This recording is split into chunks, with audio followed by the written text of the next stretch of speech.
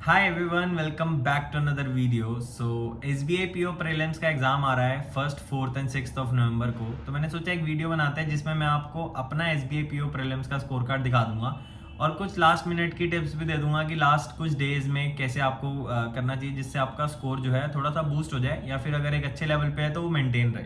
ठीक है, तो सबसे पहले बात करते हैं अपने स्कोर कार्ड की।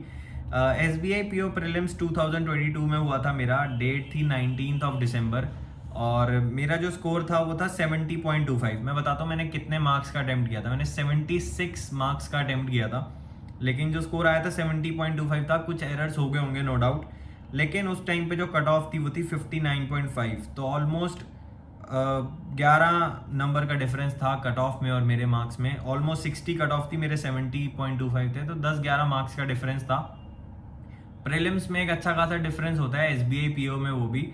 लेकिन मेरी बहुत ज़्यादा अच्छी प्रिपरेशन नहीं थी, इसलिए मुझे लगता है कि थोड़े मार्क्स कम रह गए। लेकिन अगर आपकी अच्छी प्रिपरेशन है तो आप एसबीआई पीओ प्रीलिम्स में कहीं ना कहीं 15 से 20 मार्क्स ऊपर भी ला सकते हो। ठीक है, बहुत ज़्यादा डिफिकल्ट लेवल नहीं होता, बट हाँ प्रीलिम्स में सबसे ज़्यादा डिफिकल्ट तो होता ही है। लेकिन अगर किसी ने मेंस तक की प्रिपरेशन अच्छी कर रखी है तो उसके लिए कोई बहुत ज़्यादा डिफिकल्ट लेवल नहीं होगा। बस उसे अपनी स्पीड मेंटेन रखनी है, क्योंकि प्रीलिम्स में क्या है ना कि 20 मिनट में आपको मैथ्स के, 20 मिनट में रीजनिंग के 35-35 क्वेश्चंस को अटेम्प्ट करना है। पीओ में बहुत सारे अटेम्प्ट नहीं हो पाते, लेकिन आपको मैक्सिमम क्वेश्चंस अटेम्प्ट करने हैं मैक्सिमम स्कोर करने के लिए। ठीक है, तो प्रीलिम्स में बहुत ज़्यादा स्पीड का रोल होता है और स्पीड के साथ साथ एक्यूरेसी का। ऐसा नहीं कि स्पीड में सॉल्व कर दिए सारे लेकिन गलत करें।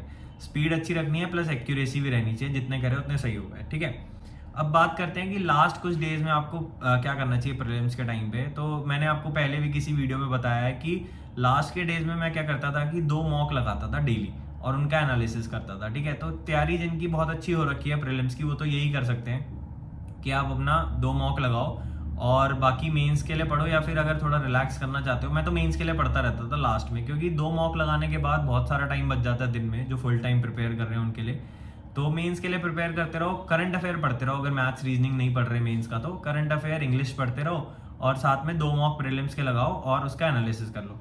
लेकिन अगर किसी की प्रिपरेशन बहुत ज़्यादा अच्छी नहीं है, कोई प्रीलिम्स फर्स्ट टाइम टारगेट कर रहा है या उसका प्रीलिम्स नहीं निकला, तो वो क्या कर सकता है कि 2 मॉक प्रीलिम्स के तो लगा ही सकता है विद एनालिसिस, और इसके साथ साथ प्रीलिम्स की और प्रैक्टिस कर सकता है। यानी वीडियोस के थ्रू, जैसे अड्डा 247 पे कुछ टीचर्स प्रैक्टिस कराते हैं मॉक टेस्ट वाली, वहां से आप प्रैक्टिस कर सकते हो, या फिर अपने सोर्सेज से भी आप प्रैक्टिस कर सकते हो।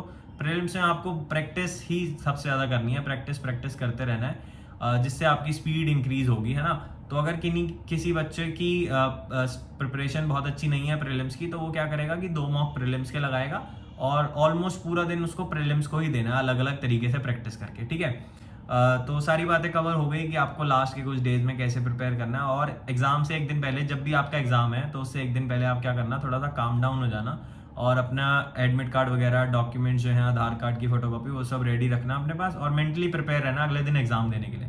S B I P O का सोच के ये मत करना कि बहुत डर लग रहा है, S B I P O prelims कैसे आएगा भाई, बहुत हाई लेवल एग्जाम है, एस बी आई का है। मैंने S B I P O first attempt में क्लियर किया है और मुझे पता है कि S B I P O में मैंने बहुत ज़्यादा प्रिपरेशन नहीं करी थी, बहुत अच्छी नहीं करी थी। हो सकता है मेरा लक फैक्टर चल गया, लेकिन प्रिपरेशन तो करी थी। बट ऐसा नहीं है कि S B I P O बहुत ज़्यादा अलग ही लेवल होता है दूसरी दुनिया के लोगों के लिए। हम सबके लिए बना है, हमने ही अचीव करना है, तो बिना डरे जाना और अच्छे से पेपर देना। All the best to all of you. बिल्कुल अच्छे से पेपर करना आपने सबने। ठीक है, तो बाकी और कुछ टॉपिक्स के बारे में बात करेंगे नेक्स्ट वीडियो में। मिलते हैं आपसे अगली वीडियो में, तब तक के लिए गुड बाय।